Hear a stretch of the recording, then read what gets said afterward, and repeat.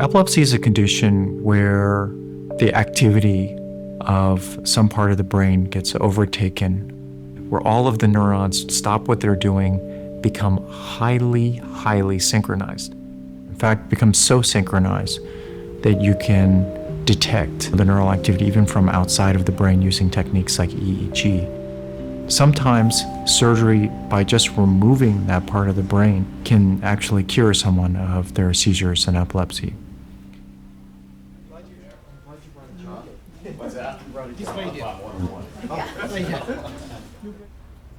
The area that we're focused on tomorrow is called the temporal lobe. At the very front of the temporal lobe, there's a little hole about this big where the brain is kind of pushing out just a little bit. The reason why that happened is that hole didn't really fuse at the base of the skull when you were born in. That's usually a sign that something maybe happened in that region really early on. Oh, really? Really early on. Like maybe in utero or soon afterwards.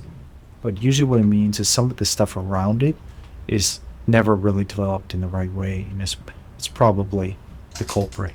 Now, it's pretty normal to have some word-finding difficulties after the surgery, even for a couple of weeks or months. Yeah. It will get better over time. Language. Word finding in particular. Word finding. Specific word finding. Okay. I feel like, So that's more of a memory thing? it's kind of like a recall thing. Yeah. Part of the reason I did that little, the test I'm doing. So. Yeah, and we're gonna be testing that.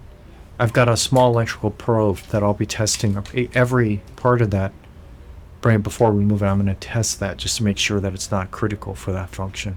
Okay. But even the area right behind it, even if it becomes swollen, you'll have word finding problem. Okay, so I'm just giving you guys a heads up. That's pretty normal, actually. 80% of the time, people will have that as a temporary problem. Okay. It's fine.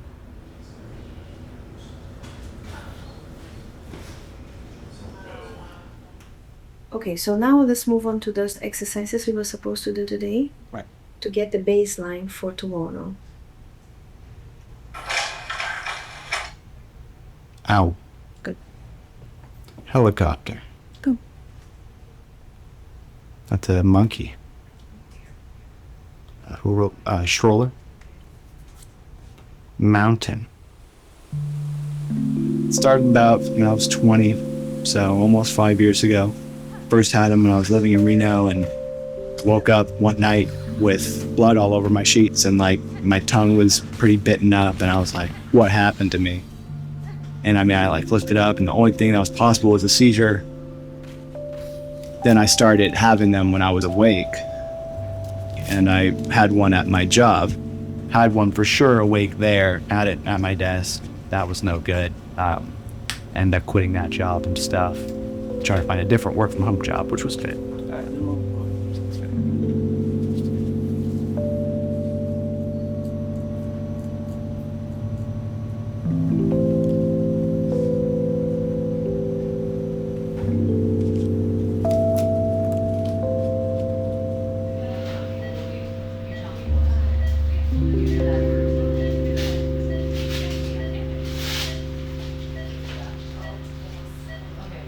But this, I don't know, something that happened right away or what. I see. So pulmonary is going to look her.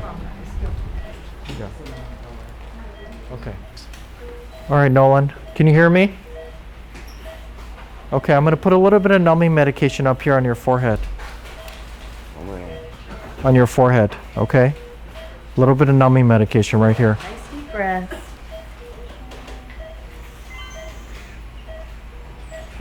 Okay. Towards Miguel, the count of 3. Nice and slow. 1, 2, 3. Okay, and then up on the side. Relax this muscle. Got it.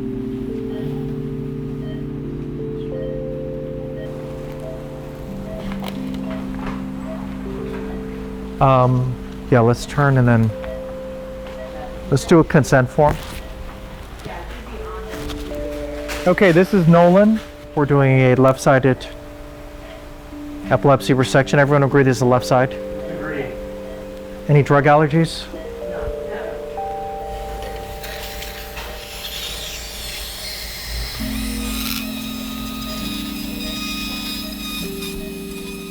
So the first step is really about making sure that that part of the head is numb. And it turns out that the skull and the brain itself, they don't have any pain receptors or nerve receptors. The rest of the surgery, actually, we don't really need any more numbing medication beyond the scalp. We use a drill that allows us to safely remove a piece and give us a window into the brain. Once we have everything fully exposed, the anesthesia medications are slowed down or stopped, and the patients will naturally wake up.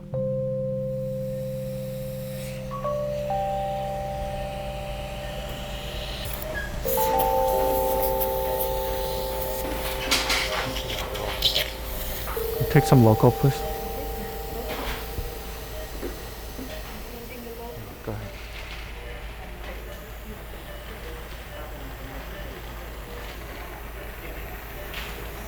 I'm all right. Let me see some wet Ratex. Everything's going well, okay? Nolan, everything's going really well. Couple of these.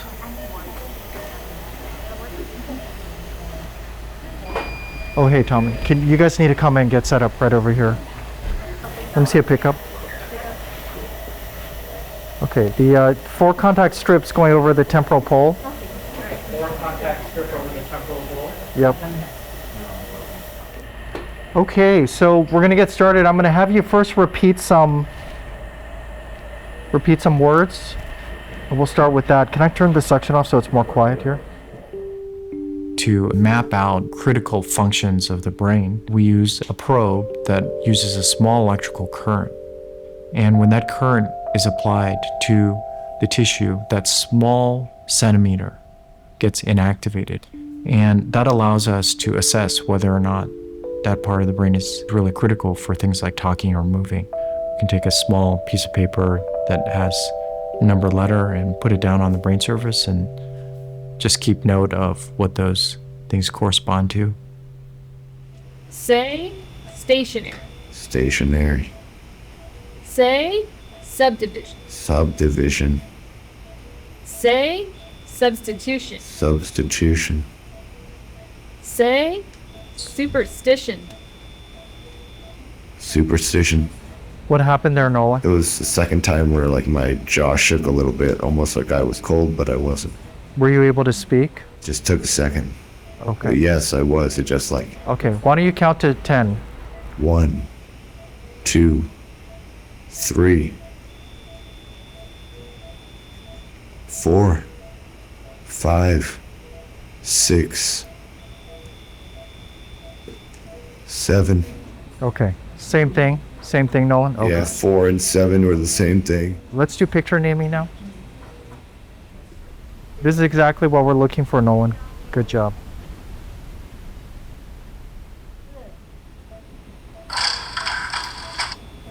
Table. Piano. Chicken. Better? Yes. I'm okay. Lon, you hanging in there? Hanging in there, Chang. Okay, good. I like it. What kind of music do you listen to, Nolan? All sorts. All sorts. I love music. You know he's been playing golf his whole life? Whole life. All right. That's for sure. He's pretty good, I know that. I took a break for a while, but it's time else. There. Are you a long game or a short game kind of guy? More of a short game, but ECOG's okay? Nothing? Fine. Okay. All right, we're done with the ECOG then. When you're looking at the brain through a craniotomy, it actually all looks very similar. It's very easy to be out of context because you're looking through a relatively small window. There's no visual marker that says this is the motor cortex or the sensory. If you're off by a couple millimeters, it could mean the difference between someone being paralyzed or unable to talk or completely normal and healthy and fine. We have ways that we can read out the electrical activity of the brain while someone is thinking. And we can actually see the activity with our computers and sensors that analyze the signals that come from the part of the brain And we now have many tools to map the brain in a way that's very complete and in ways we've never had before. Nolan, you did such a good job. We're going to let you go to sleep now, okay? We got all the information we needed you. Yeah, Nolan, there's a little bit part here that's a little sensitive. That's what you're feeling, which is normal. Okay. We're going to get you off to sleep, though, so. Pull. Pull. P-O-L-E. Let me get the microscope in here now.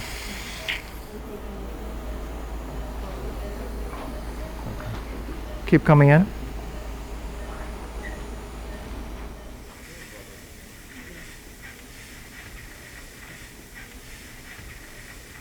This organ that we're looking at is who we are. This is what it literally looks like, and just to fathom how this organic matter can give rise to things like thoughts and language and movement.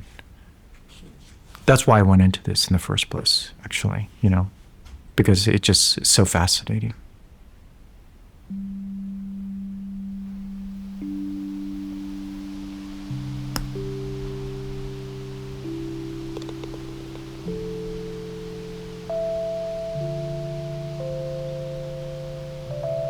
I can barely feel my scar anymore. I didn't expect to feel this after 3 months, just to feel this great again.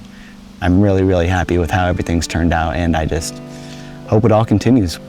Can't wait till I can just not have to worry about having to have people take me everywhere all the time. Being able to drive, eventually the lowering of my medicine, and maybe just being able to, I don't know, grab a beer with friends sometimes would be nice. Taking it as safe as I have and having the support I have with my family, I'm so lucky. It's hard to even really express how lucky I am.